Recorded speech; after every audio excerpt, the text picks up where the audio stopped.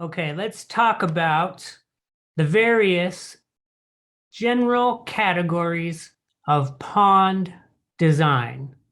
When we talk about ponds, I often say ponds or water features because when I say pond, it probably brings to mind something that looks like a natural pond. But in the garden sense, in the landscape sense, there's all kinds of ways to have water features in our landscape. So let's just go through a brief overview with some photographs of the general categories of pond design. And these have variations, infinite variations. Your creativity is the limit in many ways. But this is kind of the standard, the traditional, or what you generally see out there in the landscape. So here we go with types of garden ponds and water features. The standard water feature that you probably think of first when you think of a pond in a landscape is the natural pond. And natural pond just simply means the goal is to make it look like it's nature, look like it's part of the landscape. And in a residential setting, we typically see something small, kind of like the image here. Now, these natural ponds, they tend to have rounded or curved shapes, so they don't look very human-made. There are no corners on these typically. And you try to blend them in with the surrounding landscape. And so here we see rocks. We see a little waterfall feature with a pond. There's plants here. And then there's some grass or some sod that goes right up to the water's edge, mixed in with some gravel and rocks. And does it look natural? Well, it looks more natural than it could. It looks more natural than a swimming pool, but it's obviously constructed by people. So there's ways to try to make it look even more natural than this. Now, these types of ponds are most commonly installed in one of two ways.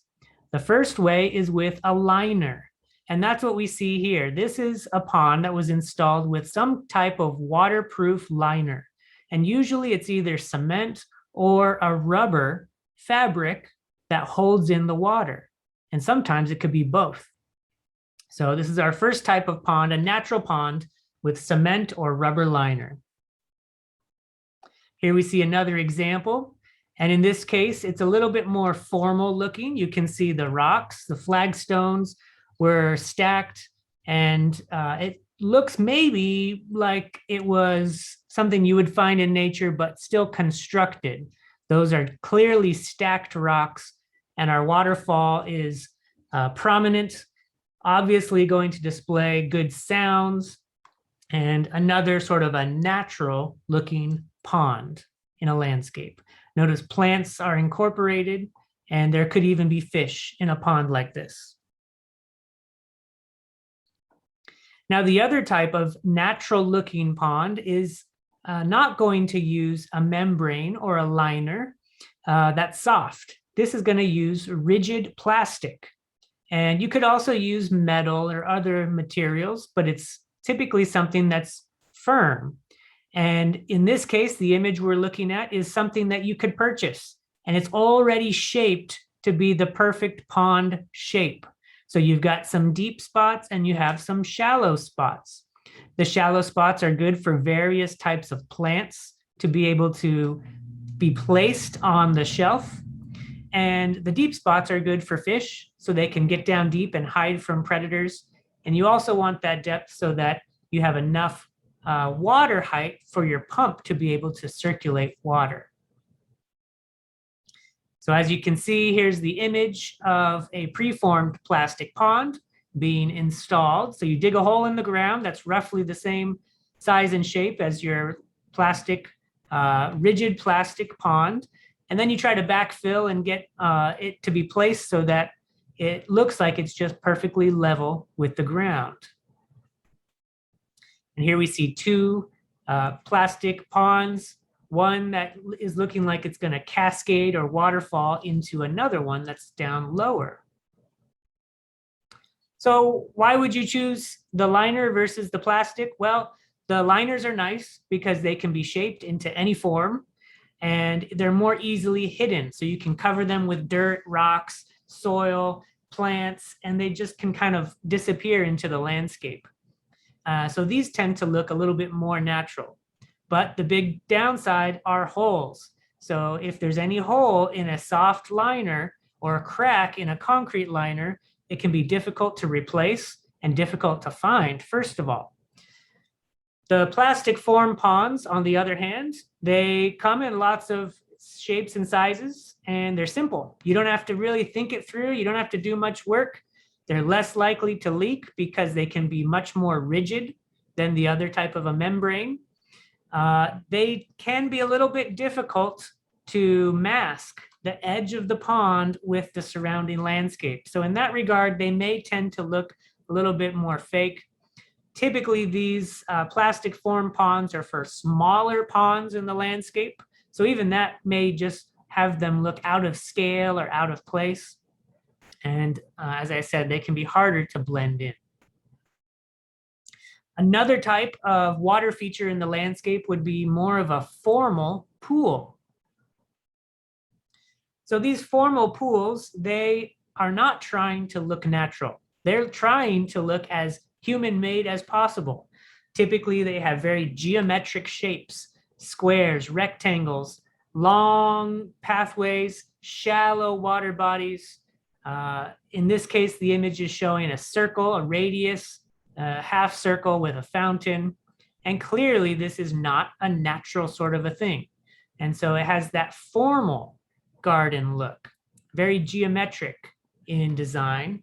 Still, it can bring in a lot of ambient qualities, though good water sounds, wildlife, birds, and insects will be attracted to these ponds.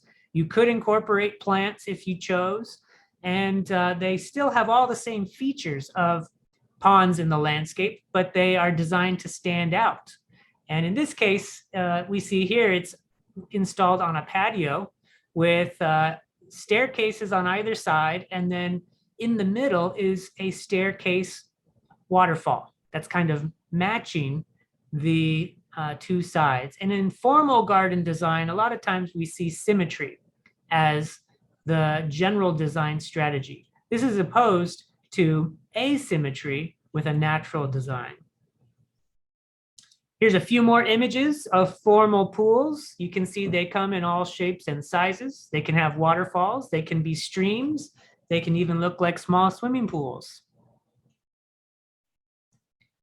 The next type is a waterless or a disappearing pond. And sometimes they're just known as waterfalls. So it's a waterfall without a pond. And there's a lot of reasons you may want this. First of all, it's easy to keep clean. It can fit in a smaller space. It still has wildlife benefits, but you're not going to have anything drown in it. It's good for the insects because they like to drink off of the little rocks. And it can be water saving feature. So with a water feature in our landscape, we're worried about evaporation, and the square footage of the water feature can detract from even a permit to get a landscape installed. Well, a waterless or disappearing pond massively reduces the square footage, the footprint. And so you get some of the benefits of a water feature without the big evaporation of an open pool. Here we see a more or less natural looking water feature, although it's kind of in that hybrid mode where you can tell it was obviously constructed, but using natural stones as materials. Here's a few more photos, more of the natural look, and you can see a cascading waterfall, and then it hits a deep pool of rocks. And it's so deep that that's where all the water is held to be able to enable recirculation. It goes down 3 feet or so, but it's filled up with rocks so that you don't see the pool or pond. You can't fall in. It's not a health hazard. It's not a safety hazard. And there's a lot of benefits here. Here's a diagram showing what it looks like on the inside of a pondless waterfall. And you can see the reservoir at the bottom is built up, filled with material. And you could fill it all the way with rocks, although that's going to take up a lot of space and be heavy and difficult to clean, and it'll sort of waste rocks. So one way to get around that is to use perforated pipe in your pond. And you stack empty pipe inside the reservoir, the pond at the bottom.